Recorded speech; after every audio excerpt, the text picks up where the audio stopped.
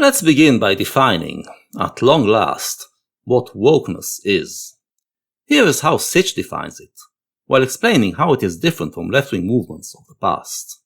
Wokeism is the idea that liberal solutions cannot fix society, and we must adopt illiberal solutions like some form of cultural Marxism to fix our society and to all get along. And in the gay rights movement in the 1970s, gay people were asking for equal rights under liberal society, and that was it. All that was being asked for, right? So that is people asking that they be allowed to participate in society and be granted the liberal rights that we all share. Right. It's completely different. And here is how Adam defines it. You brought up your definition of woke. I understand that definition, but it's hard to conceptualize. It's just so much easier to think of victimhood culture, oppression Olympics. These words I think that's the root of the woke. Yeah, okay, they are both right. That's part of it. But they are describing the symptoms, not the disease itself. What I am about to present is the most comprehensive breakdown of wokeness that I have ever performed on video, and I hope it will all be made clear by the end. So, brace yourselves, and let me be your guide into intellectual hell. Adam and Sitch correctly argue that wokeness is not liberal. What we should add is that it is not progressive either. It is something else. To understand what, we shall begin by distinguishing between two types of leftist thinking, what I call evolutionary left and creationist left. Evolutionary left believes that humans evolved in a natural process. The resulting human nature is very diverse. Every individual is different, but certain groups are also typified by traits that usually go together, so we can categorize them and find statistical differences between these groups. It also believes that human civilization evolved in a similarly messy process, but also in a way that shows progress towards a human society that provides a better life for its members. The liberal leftist believes that liberal democracy is the best possible society and is the culmination of this evolutionary process, but also that injustices were created during this messy evolution of civilization and are still being created as society continues to change and evolve, so we should work to correct them. In short, that society can never be perfect and always needs maintenance. We'll shortly see an example that will make it clearer. The progressives are another type of evolutionary leftists. They generally believe that we should not just react to injustices that we find, but that we should devise systems that would make society more just to begin with, and thus take a more active part in this evolutionary process.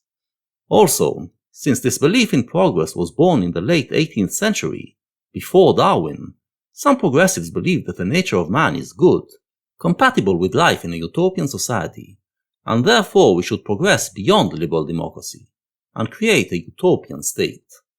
The realization that humans are just naked apes should have led to the realization that human nature cannot be fully fixed, and utopia is therefore impossible, but this idea doggedly kept going.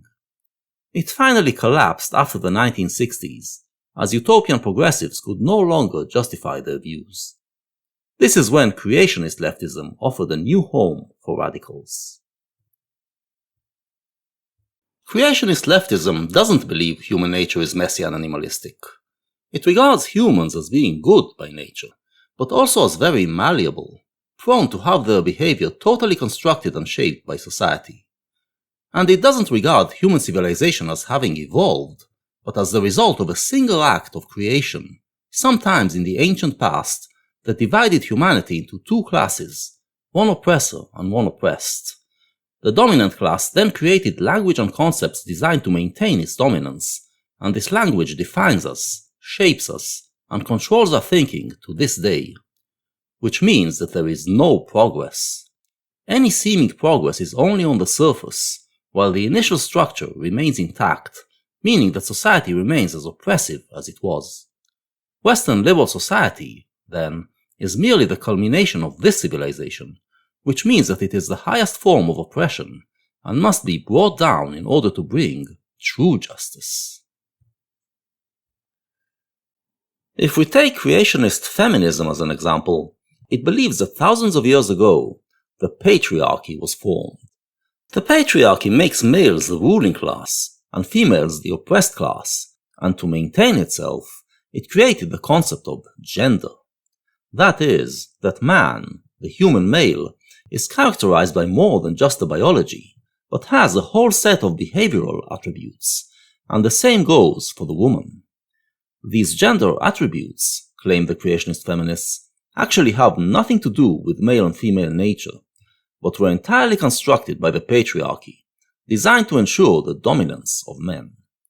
And we are still living with the same gender concepts to this day, ensuring that women remain oppressed. The only way to liberate women, and men, because they cannot be truly happy while women are oppressed, is to destroy the society we have today, smash the patriarchy, so that a society based on our true nature can emerge. The underlying belief is that human nature is good, so the society will be utopian. We find the same line of thinking when it comes to race. The creationist racialists believe that white people invented the concept of race to ensure their dominance.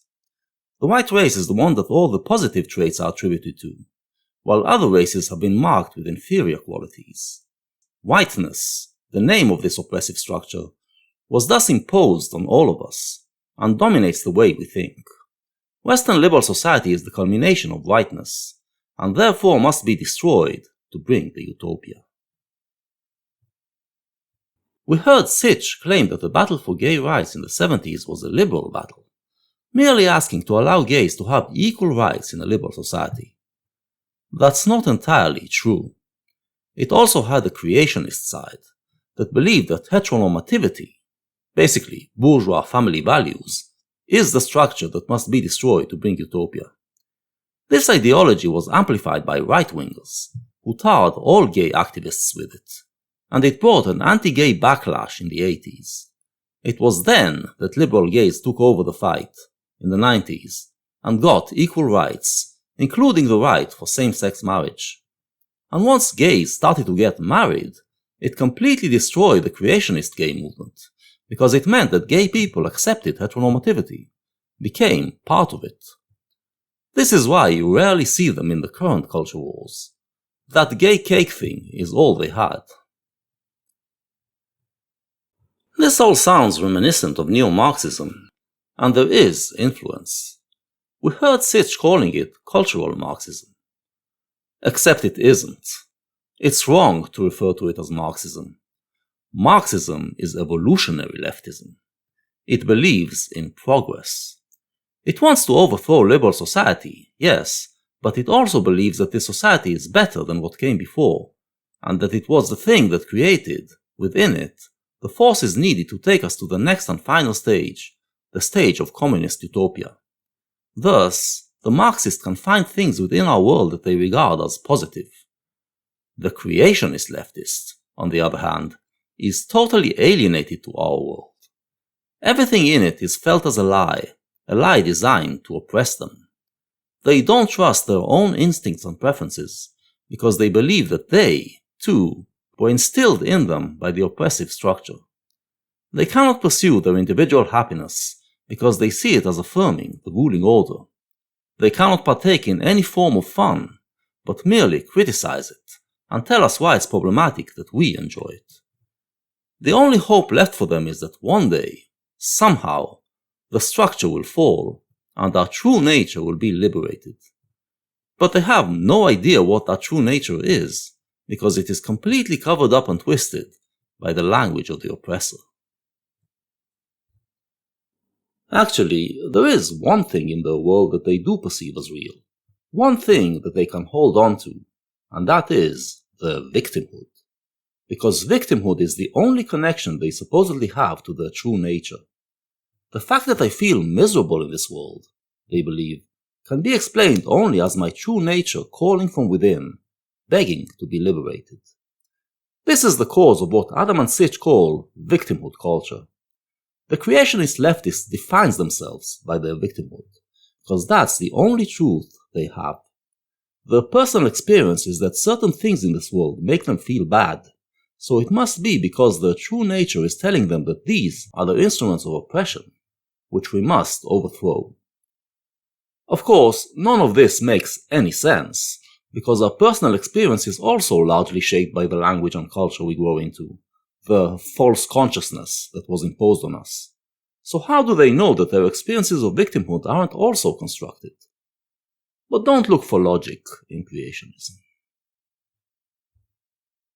The thing that really depresses the creationist lefty is the realization that they can never change society, because the oppressive structure shapes us from the cradle. By the time you become politically aware, you've already been instilled with the language of the oppressor. The only way to change things, then, is to go for the children. We live in a country where men and women are meant to be equal. Same pay, same careers, same opportunities. But children as young as 7 think that boys and girls are fundamentally different. I think boys are cleverer than girls. Men are better at, being in charge. I would describe a girl as being pretty. And that these differences will define the lives they live as adults. If the woman has a child, the men have to go to work and earn some money. Men are more successful because they could have more harder jobs. I don't believe that biology alone can explain these differences. I think the answer lies in the society we live in. This is a video from 2017, when creationist feminism was at the peak of its power, and feminists were emboldened to openly show us what their true intentions are. I'm Dr. Javed Abdulmunem. What if they called you all sweet pea? I'm going to find out if by turning a class of 7-year-old primary school children What are we doing? gender neutral, you've got to start going to the same toilet. I can change the way they think about themselves Everyone can have a chance to do what they like. and the way they think about their future. I do not like reading, but I like reading that book. And if I can do that, perhaps there's a chance of making their adult lives really equal. So, we have a bunch of British schoolchildren being used as guinea pigs in a social experiment. Dr. Javed is a creationist feminist, and he is going to show us that the schools are shaping us according to gender stereotypes that are not based in biology, but determined by the patriarchy. Share what you've written. These children have lived their entire lives in a world that says it wants men and women to be treated the same. Get things written down. But is that how things really are? Come on, Amber, give it a go, love. Maisie, what we're doing, love, as you just come in, pretending we're gladiators, so we're describing what we're seeing. Stephanie used love for the girls and hate for the boys. Right? Yes, love. It seems to me that if we treat boys and girls differently, that's how they will see themselves. Nancy, finger spaces. Of course, my love, we always need finger spaces. But if we treat them the same, maybe we can transform their views and alter what the future might hold for them. Now, if your ear isn't sensitive enough to detect wokeness, this might all sound very reasonable and liberal. He makes a good point. Women today are expected to go out and compete in the marketplace, yet little girls are not being fully prepared for it. Instead of playing with things like Lego, which would develop the required skills, they still play with dolls. He also interviews scientists who point out how much nurture shapes the mind of children, to emphasize how crucial this is. This is what I talked about earlier when I discussed evolutionary leftism. Society has changed, and women now work. But the way girls are being raised was not adjusted to this change, does not properly prepare them for competing in the world of work, and this creates an injustice. As a lefty, then, you should work to fix this injustice, to evolve girls' toys to fit today's world. You should do the same for boys, too. See where they are not being optimally prepared for today's world. However, this is not what Dr. Javed is advocating for. Let's listen again. It seems to me that if we treat boys and girls differently, that's how they will see themselves. Nancy, Finger spaces, of course, my love. We always need finger spaces. But if we treat them the same, maybe we can transform their views and alter what the future might hold for them. He doesn't want us to find the best way to treat girls and the best way to treat boys in order to prepare them for today's world. He wants us to treat them the same. And he believes that if we do that, they will also grow up the same. This does not follow from the science that he presented. It's not science, it's ideology. Creationist ideology, taken on blind faith. And he manages to convince the teachers and the parents to let him do it, because they are not savvy enough to tell the difference between this and the evolutionary approach. Now you might say, hang on, didn't you tell us that creationist feminism sees men and women as different? How is it creationist feminism to say that they are the same? Yes, creationist feminists believe that human males and females are different. They are different on the biological sex level. But remember, the gender differences do not come from biology, but are constructed by the patriarchy. In every way that the patriarchy tells us that the two genders are different, they are actually the same. And this is what Javid is trying to show. If he succeeds, he will basically liberate those kids' minds from gender. And if we do that for everyone, believe the feminists, the patriarchy will be brought down and our true nature will be allowed to manifest itself.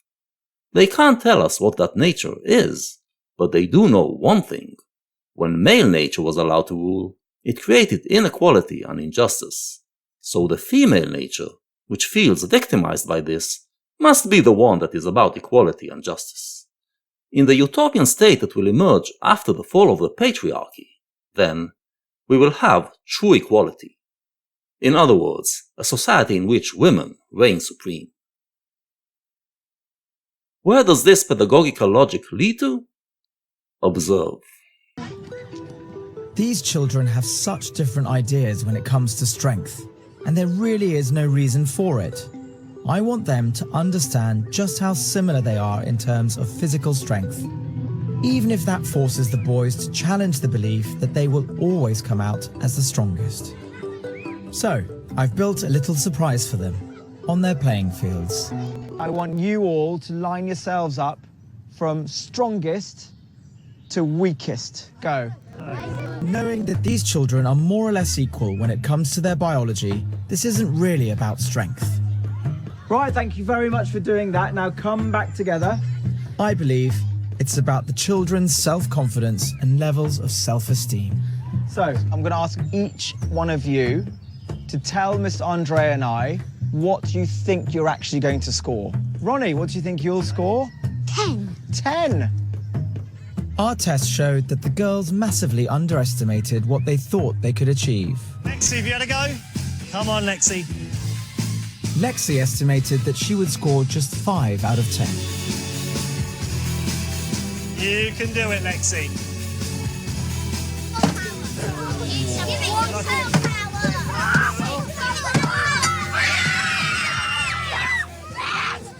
Lexi, well done, Lexi. As I was watching this, I was thinking, what the hell are you doing? You are getting girls used to the thought that they are as physically strong as boys. In a few years they're all going to hit puberty, and then they will suddenly be a lot weaker than them. Losing a power that you once possessed is a lot more traumatic than not having it to begin with. We should be preparing those girls for the idea that they are the weaker sex, not giving them delusions of power. But he has this idea that if we abolish gender, it will somehow liberate humanity. This is not a scientist. This is a zealot. This is someone who wants to reprogram humankind based on nothing but blind faith. Blind faith that he's got it right, and this gives him the right to groom our children. This is what leftist creationism leads to. The creationist feminist moment is thankfully over, but now we are dealing with creationist trans, an equally extremist ideology that believes cisnormativity should be destroyed. Earlier, we heard ContraPoints claim that no one wants to push kids into transitioning, and I expressed my doubts in the veracity of her claim. The reason I am skeptical is that after seeing Dr. Javid in action, and other feminists, I can very easily believe that now it is the creationist trans who are going for the children. Maybe not medically, but by teaching them that the sex binary isn't real. According to Republicans, at least, this is what's going on right now.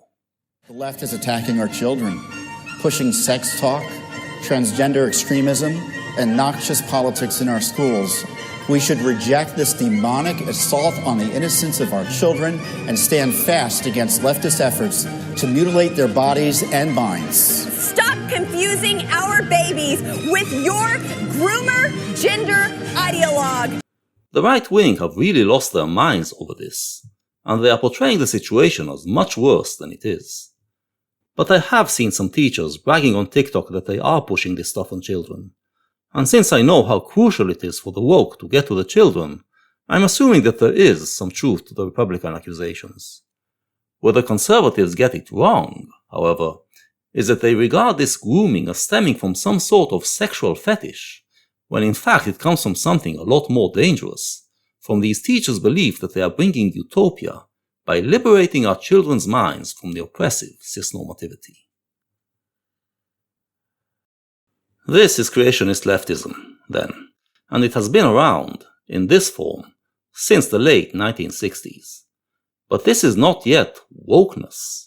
To get to wokeness, we need to mention a couple more developments that began in the academy in the 1990s and had a watershed moment in the middle of the last decade.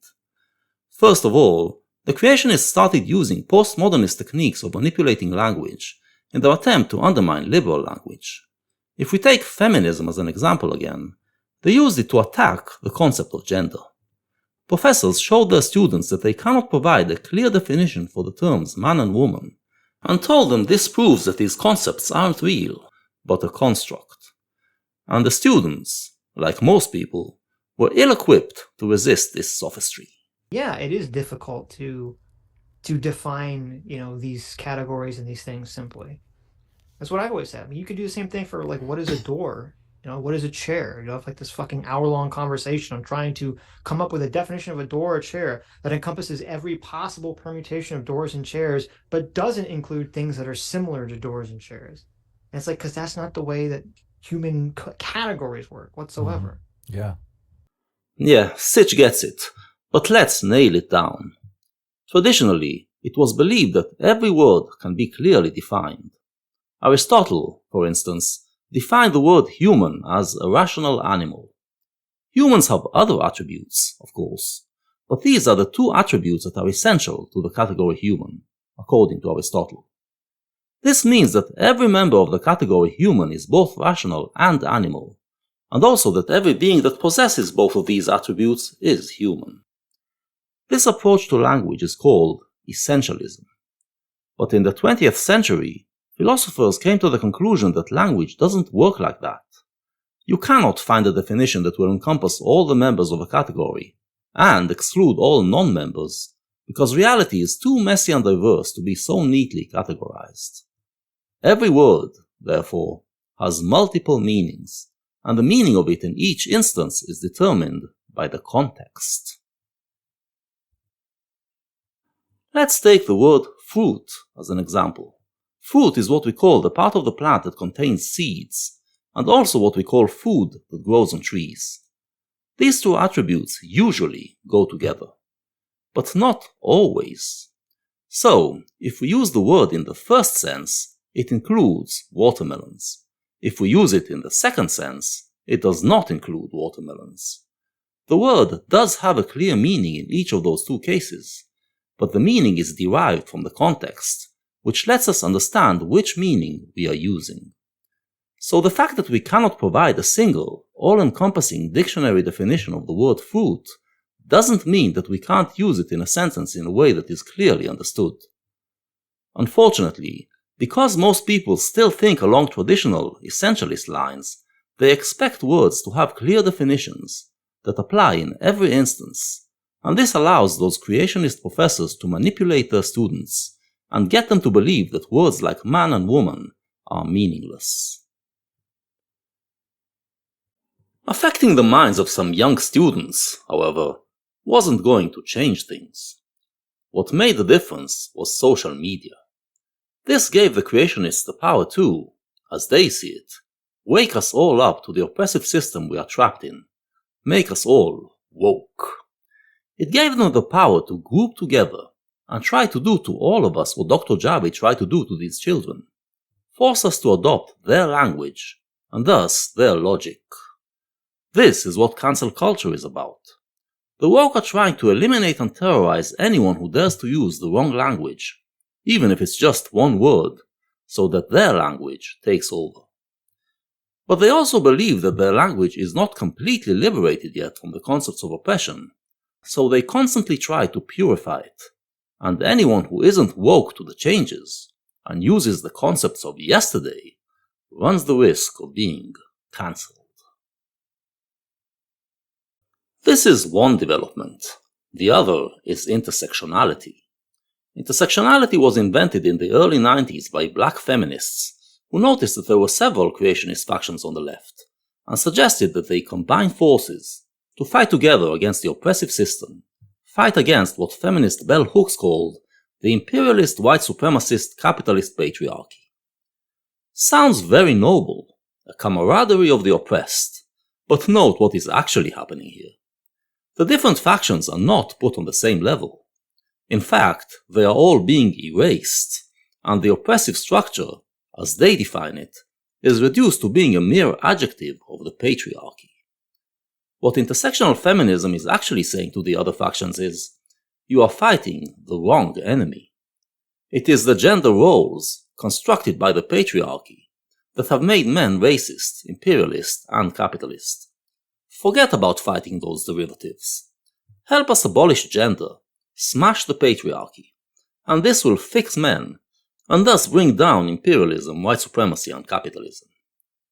It was, in short, a power play by the feminists to take over the radical left and turn all of its energy towards fighting the imaginary patriarchy.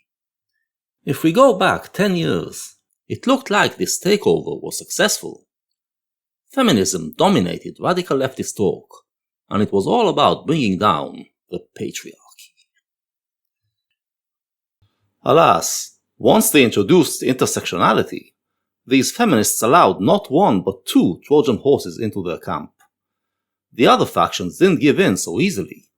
Some creationist racialists claimed that actually, the system we are fighting is the imperialist, patriarchal, capitalist whiteness, so we should adopt their language. How do we determine who is right? Well, here is where the all-important Oppression Olympics come into play. That thing that was so confounding to the rest of us at the time. It's the special snowflake oppression Olympics. Everyone is in this big race to be the most progressive and the most open-minded and the most oppressed. It is the strangest thing I have ever seen. It's not that strange when you understand what's at stake. Remember, your victimhood is the thing that points you to the truth about human nature. This means that the one who is the most victimized is the one who is closest to the truth, the one we should all listen and believe to. And so, the woke became embroiled in the question of which one of them is the most oppressed, who is the one before we should all bow down and capitulate, and accept their language and concepts. The battle between the racialists and the feminists was decided after the 2016 US elections, when it turned out that most white women voted for Trump. This allowed the racialists to talk about white feminism, which is nothing but an extension of whiteness. Anyone who dared to hold on to the idea that patriarchy is the ruling system and argue from that perspective was accused of white feminism and labeled a Karen by the creationist racialists. The Trojan horse, which may have been put there deliberately by bell hooks and her black cohorts, did its work. But this was the least of the feminist problems, because the other Trojan horse was even worse. Once the idea of intersectionality was created, it drew in young feminists who took it seriously, and they, foolishly, thought that other creationist factions should also be brought in. And so, the patriarchy now became the imperialist, white supremacist, heteronormative, cisnormative capitalist patriarchy. Bell hooks didn't bring the creationist LGBT movements into intersectionality, And she knew why. Because the logic of creationist trans is diametrically opposed to creationist feminism, and contains the seeds of its total destruction. Here's how. As we discussed, creationist feminism believes that sex is real. That is, that human males and females are different. There is a binary. But the gender binary, that is allegedly the result of this sex binary, is totally bogus. The two genders are not the natural expression of the two sexes, but an unnatural and phony construct of the patriarchy. We should therefore abolish gender, liberate our true nature, and then reconstruct gender based on our true biological nature. The creationist trans believe the exact opposite. They believe that gender is real. That is, that we are born with a gender identity, and this identity does not stem from our biological sex. Sex, they claim, using the same postmodernist sophistry the feminists use, cannot be defined, and therefore cannot be the cause of gender. We should therefore abolish the belief in the sex binary, and let everyone self-identify their gender. Creationist feminism and creationist transgenderism, then, contradict each other, and cannot possibly coexist. This is why the former insists that trans women are actually men. They cannot even accept that they are trans women, because then they'd have to accept that they are an oppressed minority, a minority that wins the oppression Olympics against women, and is therefore right. They must define them as men, and thus as oppressors that are in the wrong. It didn't work, though. The creationist trans won this fight, and pushed through the idea that the oppressive system is cisnormativity, and all other forms of oppression are its adjectives. Except they don't call it cisnormativity. They don't even call it system, which would have been a pretty good name. They have another name for it, as we shall find out later. A feminist who refuses to capitulate is branded as a TERF, a term that, much like Karen, lost its original meaning and is now used as a slur for anyone who dares to still be a feminist. Make no mistake, feminism is currently dead in woke circles. Those who still call themselves feminists are allowed to do so only if they pledge allegiance to either the woke racialists or the woke trans, and agree that we should bring down either whiteness or cisnormativity if we want to liberate women. Anyone who still believes it's actually the patriarchy we should be fighting is cancelled. The downfall of creationist feminism was so complete, and the feminists so terrorized and cowered, that only a feminist who is too big to be cancelled could do anything about it. This is where J.K. Rowling came in.